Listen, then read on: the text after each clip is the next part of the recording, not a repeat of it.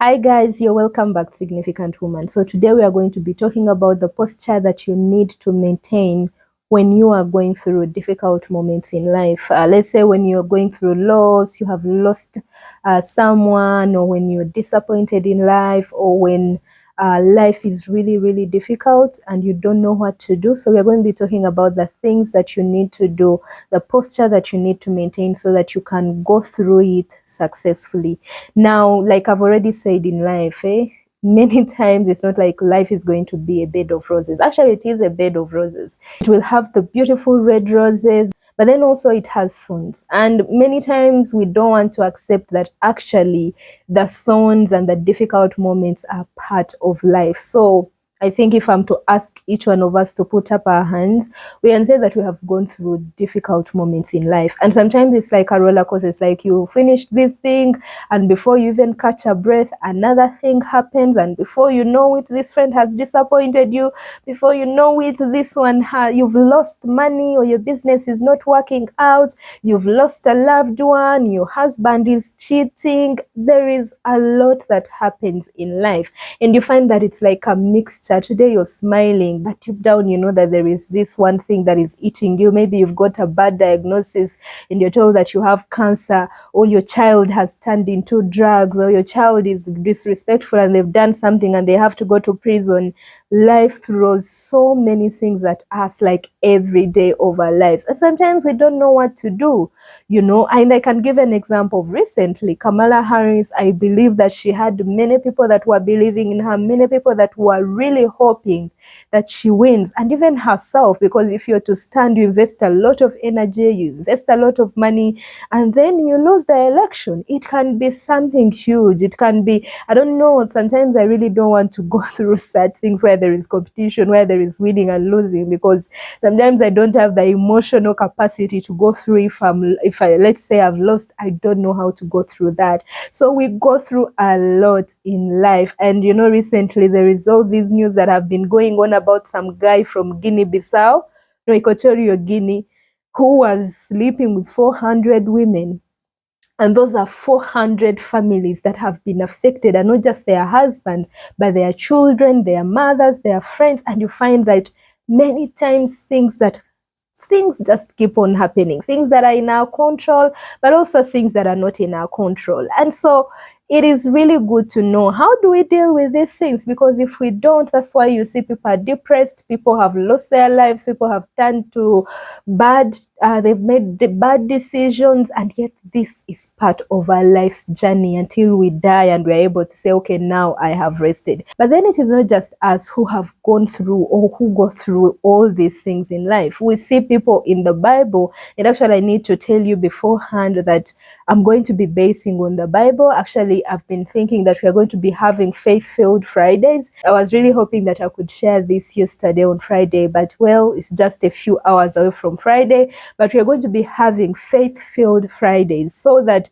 we are able to base on, we are anchored in the Lord. We are anchored in our spirits, because as human beings, yes, we have many aspects and many dimensions of life. We have the social, the physical, the economical, we have the emotional, the physical, the psychological, but then there is also the spiritual. So if you want to make it in life, if you want to be successful in life, you have to focus and build all the aspects of your life, including the spiritual. And so if we are talking about unleashing our potential, we are talking about reaching our potential and living life fully, then that means that we have to also invest in our spiritual life. Trust me, if you neglect it, that means that you're neglecting one aspect of your life. You might grow in all these, but you're not going to grow holistically unless you focus on all these aspects of our lives. So as we talk about so many things, we really tackle a lot of topics so that we can grow holistically. I thought that at least every Friday we can talk about things that are going to be helping us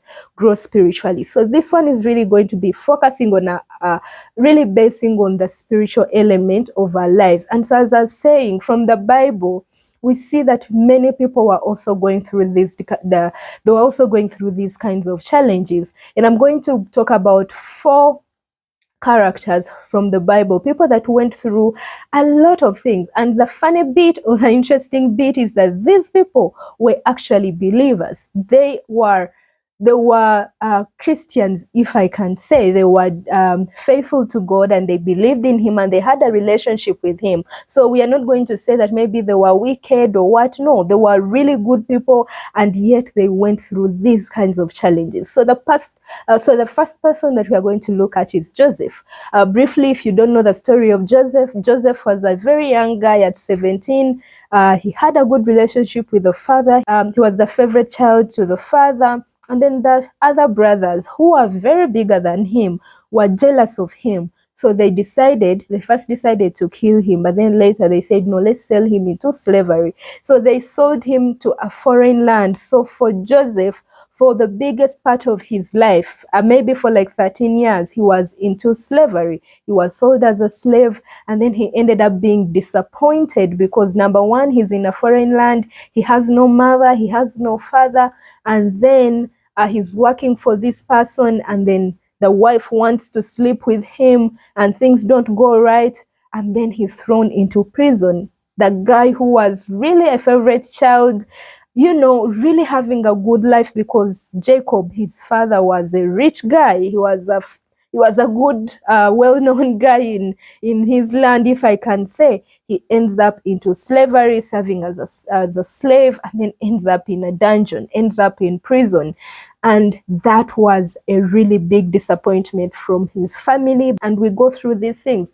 Many times we are disappointed by our family members. Many times we are disappointed by our employees, by our employers. So that is the category that we are going to look at from Joseph's perspective. And then the other person that really suffered loss was David. David was also a young guy, a young boy of 17 years. He's living his own simple life, and then God anoints him. He gets anointed through Prophet Samuel as the next king of Israel. And then you would think that after being anointed, after being promised to be that kind of person, life would be easy for him. But we see David going into a very big battle with Saul, the King Saul. King Saul, when he realized that God was upon this young man and he was threatening his kingship, he started persecuting him. And for the biggest part of his life also, almost maybe 13 years, David was a fugitive. He was running, sleeping in caves, and the most funny bit, or the most heartbreaking bit, is that at some point David had to pretend to be a mad guy just for his safety. Can you imagine? Can you imagine that? And we have seen this happen to us. People who get jealousy of us, maybe at our workplaces, even from our families. Someone starts persecuting you because they feel threatened by your success, or they feel threatened by, the progress that you're making in life. Some people have been bewitched. Some people have been killed. Some people have been really made, they have maybe they've done some things to their businesses, and they have ended up losing money. They've been robbed. So many things that happen to us by and people who are jealousy of us. Many times they do things to us that threaten or put our lives in danger. And unfortunately, for some people, they've lost their lives. They've lost their loved ones because someone couldn't put up with the fact that they were being successful. So someone does everything that they can ever do to make sure that you fail in life. And then the other person, that actually there are two women that I will refer to, is Naomi and Ruth, who lost their loved ones. Naomi, it was bad for her because she not only lost her husband, but she also lost her boys. She lost her sons. And then she's left alone in a foreign land. And then also we see Ruth. Ruth also lost her husband. And not just her husband, she also came to a foreign land. So she also actually was separated from her whole family and decided to stick with Naomi. And I can imagine how their life was like. These two widows who have seen grief, who have tasted grief, because even Ruth lost her father-in-law, and they are together and when they go back to Jerusalem, they are in this small house of theirs, and they have no husband to help them. I cannot imagine the pain that they were, experiencing every day. And so most of us here, we have lost our loved ones. We've lost our fathers. In a few videos ago, I shared of a friend who lost her husband. Very young lady losing her husband, and she has 4 children to take care of.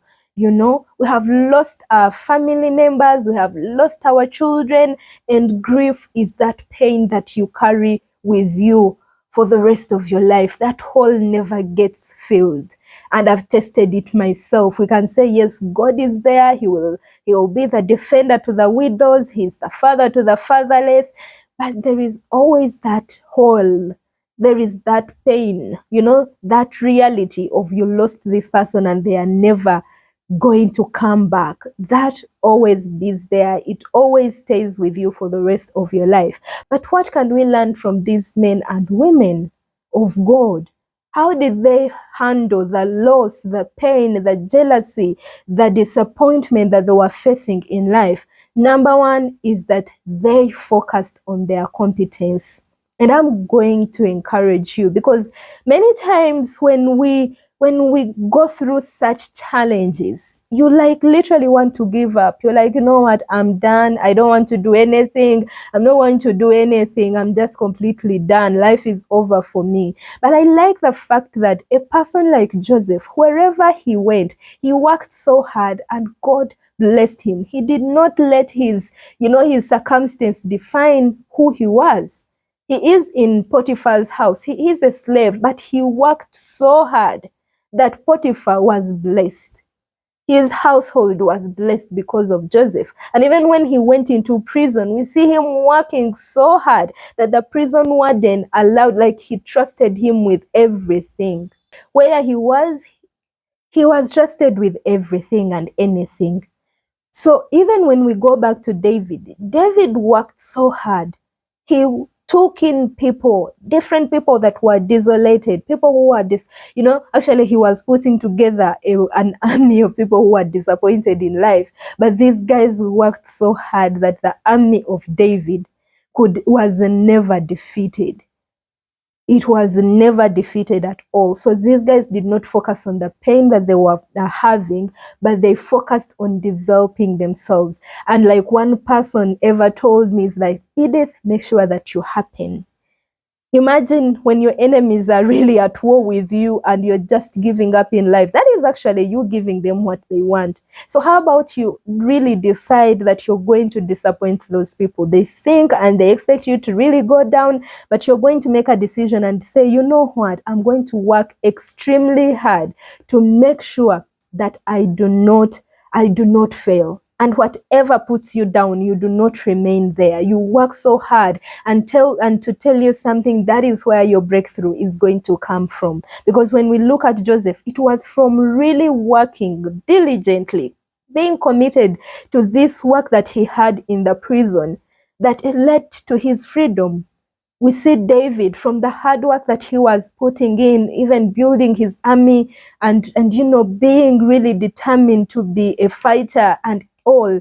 We see him later becoming the king of Israel, because people saw that this is a man they want as their king. This is a man who is going to protect them. So no matter what you go through, make sure that your competence also doesn't go down. Make sure that it is not affected. Work so hard and so diligently that you're going to put your enemies to shame.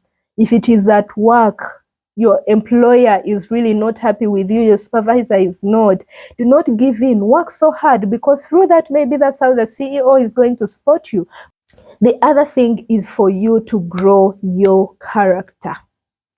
Guys, I know that when we go through all these things, the best thing that we want to do or lean on to is to just do the opposite of how life has been for us. Many people are disappointed, or maybe they were in this relationship and it has broken, they end up going to drugs. They end up being unfaithful. They become immoral, promiscuous. They start sleeping around with every other person. They tend to go to drugs.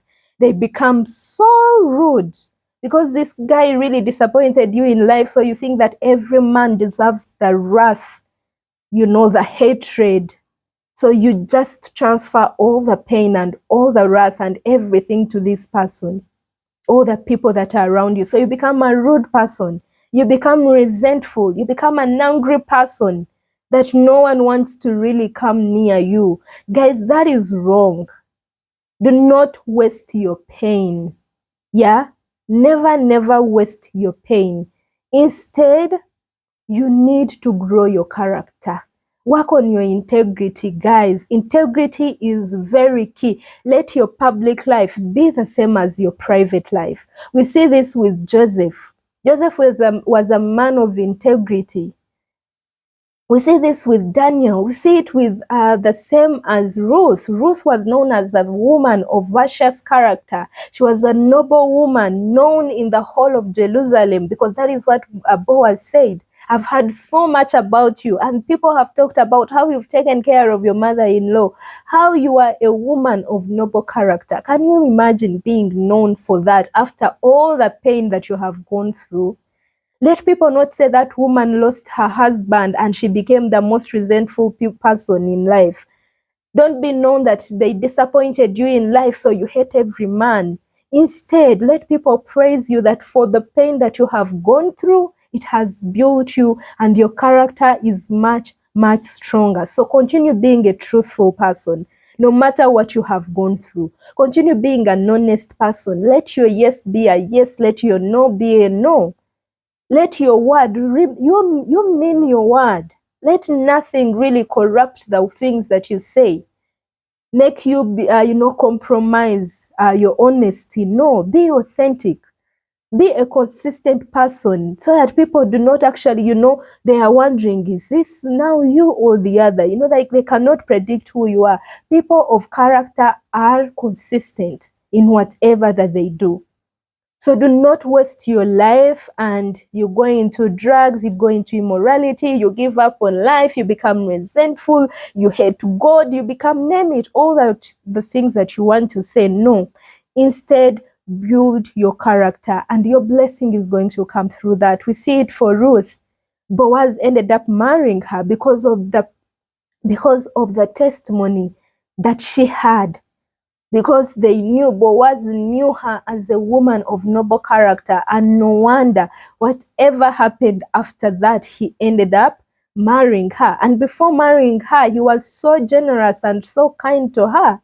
Imagine if she was a thief, or she was known to be immoral, she was known for a bad character. Boaz was not going to tell the people at his farm to be nice and kind to this woman, no. But because of the grace that she carried, they were able to show her favor. She was favored because of her good character. So friends, no matter what you go through, never let your character be contaminated, because through it you're going to get blessings. And then the other thing is for you to forgive. I like Romans chapter 12, verses 19 to 20. It says that it is not ours to revenge, guys. Revenge is to the Lord. For us, what we need to continue doing is, if we are to feed our people, our enemies, let us feed them. If it is to be nice to them, let us be nice to them. If it is means to help them when they are in need, let us continue helping them when they are in need. Let us continue being good to our enemies and leave revenge. Vengeance is for the Lord. And I know it is so difficult. It is very difficult when this person has done something so bad, something so horrible to you. I can imagine people like the husbands and the children to the women who were caught in these videos with this Equatorial Guinea guy. I cannot imagine the husband forgiving this woman. First of all, the whole world. Can you imagine? Not just the country or the town, but the entire world has seen your wife naked on a video, and you expect to forgive them. That is like the most difficult thing that God asks us to do. But you see, forgiveness is for your own good. Sometimes even when you don't forgive this person, they don't even care. They don't even know. But sometimes you need to do the forgiveness for your own sake.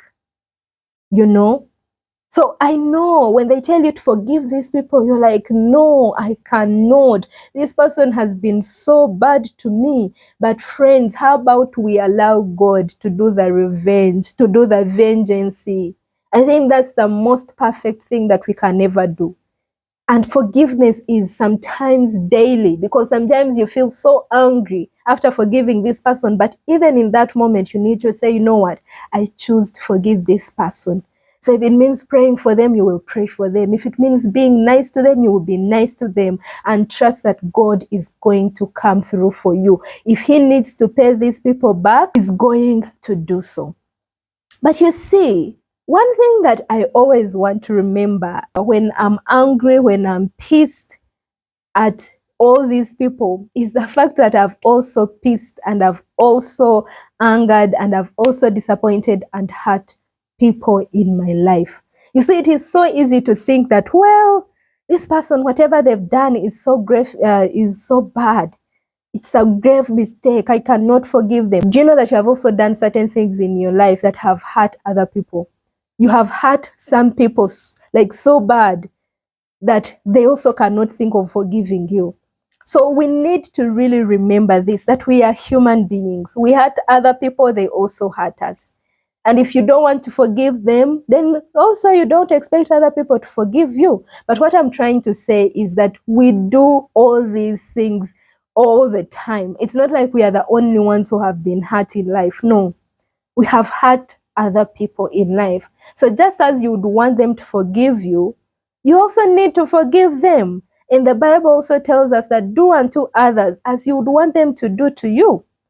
So if you have made a mistake, many times these people actually think that they've made mistakes. And that is how we also think. We do certain things and you're like, it was a mistake, I didn't mean it. The other person is also thinking the same. And just like Jesus told these guys who wanted to kill the adulterous woman, that if you have never sinned, be the one to cast the first stone. All of them left because we have all sinned against one another, against God himself. And we actually always go back to God and ask him to forgive us. And God put a prerequisite that if you want me to forgive you, you have to also forgive your neighbor. You have to forgive your enemies. So if we expect God to forgive us so that we can go to heaven, then how about you also consider forgiving the other people in your life? But then the other thing that I want to remind you about, dear friends, is that disappointments and heartache, they are part of life.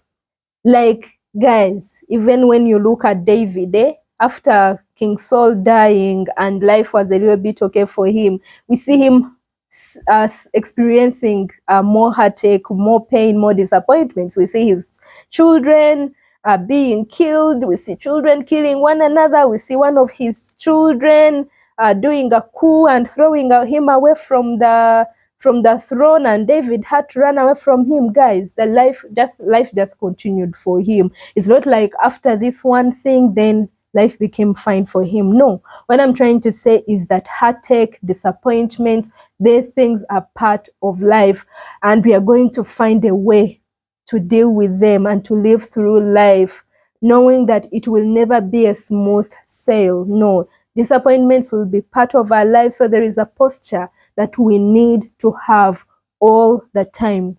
So the first thing that we need to do, dear friends, is to remember that God is close to us when we are brokenhearted. I know that it becomes so difficult to believe this when you're going through pain, but I've seen it in my life that when I'm going through all this heartache and all these disappointments, I lean on to God more, knowing that he is with me in that moment. You see, Psalm 34 verses 18 says that the Lord is close to the brokenhearted and saves those who are crushed in spirit. And Psalms 149:3 says that he heals the brokenhearted and binds up their wounds. God is close to you, closer than you think. So no matter what you're going through, when you're in your bed crying, feeding on your tears, never forget that God is close to you. He is closer to you more than you can ever think. And if we know that he is with us, then we can be sure, well assured, that we are well protected and that we are going to be okay. God is going to see us through. He sees our tears. He sees our pain. Some scripture in the Psalm say that he has bottled up all our tears. They don't go to the ground in vain. He is holding them, and he's going to see you through all that. And we all know, if you've ever gone through disappointments, you know that sometimes it is so hard. You're going through this pain. It is so hard, but yet God sees you through. He soothes you. He sees you through. He protects you. He guides you. He provides for you. He sees you to the other side of life. And then the other thing that you need to know is that all things work together for those that love the Lord. Romans chapter 8, verses 28. It encourages me to know that when people disappoint me, it might be too bad, but it is going to work out for my good. I might not see even the good. I might not feel it, but I'm going to believe what God has told me, that it is going to work out for my good. But there is a term for those who love the Lord. So do you love the Lord? Do not claim this scripture all the time when you don't love the Lord. You need to love the Lord for you to be able to enjoy the benefits of this scripture. And then the other thing is that pain, trials lead to our growth. And that is in James chapter 1, verses 2 to 3. It says that, consider it pure joy, my brothers and sisters, whenever you face trials of many kinds, because you know that the testing of your faith produces perseverance. Let perseverance finish its work, so that you may be mature and complete, not lacking anything. It leads to our maturity. I've seen how the disappointments I've gone through in life have really strengthened me, how they have composed me. I'm not the same Edith that I was when before I lost my dad 2020. Right now, when you compare the two of us, we are different. And I've seen how the development of my character, and competence have paved many ways for me in my life and in ministry, in my work, at my workplace, more than I can ever think of, more than I would have thought about, or beyond my wildest imaginations. So those trials that you're facing, do not waste them by going astray, by being depressed, by giving up on life and being an immoral, unfaithful, everything, name it, everything that is bad. No. Never waste that pain, because these trials that God allows us to go through are not supposed to be wasted. Rather, they're supposed to help us produce perseverance.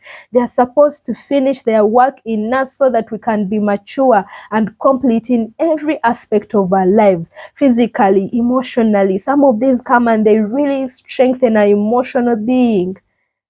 They strengthen our financial being, because you start thinking of, okay, now what do I do? Some people have gotten financial breakthroughs because they thought, well, this door has closed.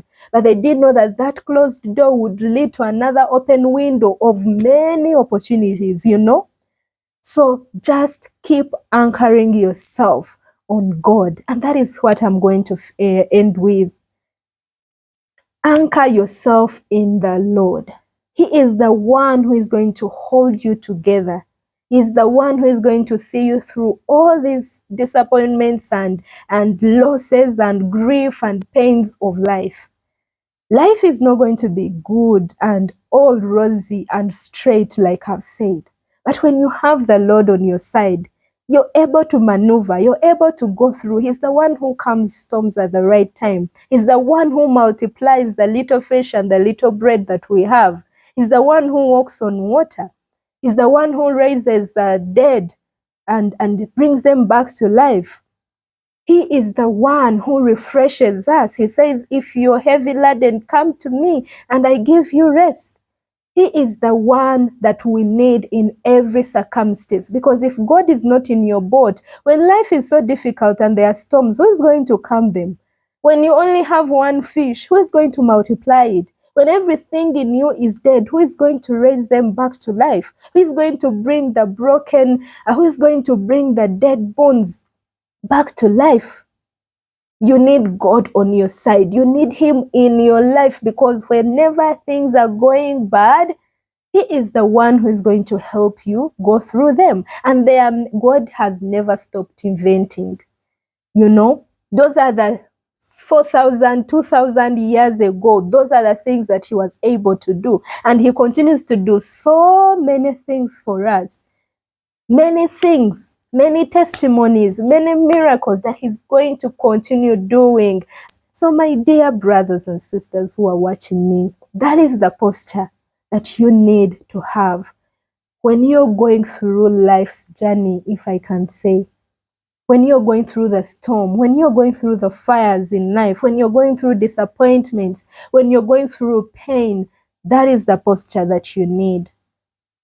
You need to forgive. You need to continue building your character. You need to anchor yourself on the Lord. You need to continue building your competence. You need to continue living and thriving and happening. And I'm going to really, really tell you this and really affirm this, that you will get out victorious. We are never going to lose. The battle has never been ours, and God is the mighty warrior, strong in battle. He's going to see us through all these things, raging storms that we are going through. And if it comes to our enemies, he's going to avenge them. And we know how best he is at that. So if it has anything to do with your enemies, he will sort them. Just take your position of being nice and kind to them. And if it comes to things that are really not in our control, he's going to also deal with them because he holds the world in his hands. So that is all I can say to you today. And I'm really charged up because I know that God has been there for me. And when we maintain this posture, things will be different. You will be calm in that storm. You will be calm and kind to your enemies. And people will not understand. But you know what? Because you know that the one who is on your side, the one who is in you, is greater than the one who is on your enemy's side. He's greater than the one who is in the world. So thank you so much for listening to me. If this message has been so good to you, please make sure that you share it with someone else. Please don't forget to subscribe, like this video, and share it out there. And if you are new on this channel, my name is Edith, and this is Significant Woman, a community for women, especially where we come together and know how to live fully, but also reach our potential. So God bless you, and I'm going to see you in my next video where we are going in a different angle and start talking about family. God bless you, and I'll see you in that video. Bye.